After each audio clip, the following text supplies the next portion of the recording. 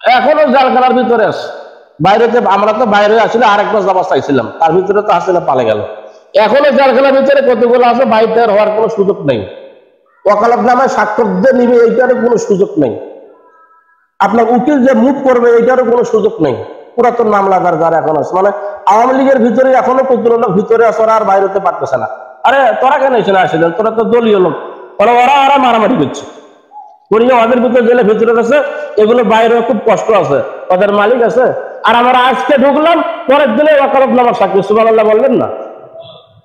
এই সুযোগটা কে করে দিছে? আমি তোমাদেরকে বাছাই করেছি এই দিন প্রতিষ্ঠা করার জন্য, তোমরা এগিয়ে যা হুয়া মাওলাকুম।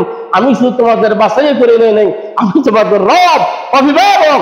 তোমাদের রক্ষার দায়িত্ব আমার হাতে। সুবহানাল্লাহ বিহামদিহি, সুবহানাল্লাহ বিহামদিহি।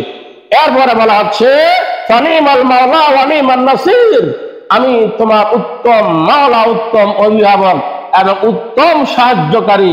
তোমাকে সাহায্য করার জন্য একমাত্র আমি যথেষ্ট।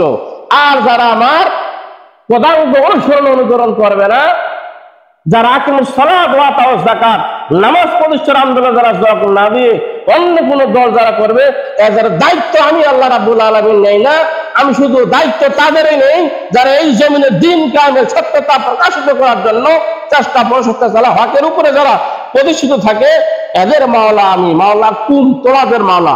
নির্দিষ্ট করে বলা হচ্ছে আমি তোমাদের অভিভাবক, তোমাদের নাসির, সাহায্যকারী। তোমাদের বাদ দিয়ে আমি অন্য কারো সাহায্য করি। সুবহানাল্লাহ বিহামদিহি। তাহলে আমরা বৃত্ত শপথ গ্রহণ করতে পারি।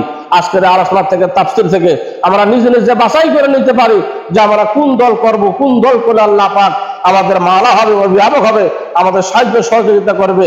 বেছে নিয়ে আমরা সামনের দিকে এগিয়ে যেন যাইতে পারি। আল্লাহ সুবহানাহু ওয়া তাআলা আমাদের সকলকে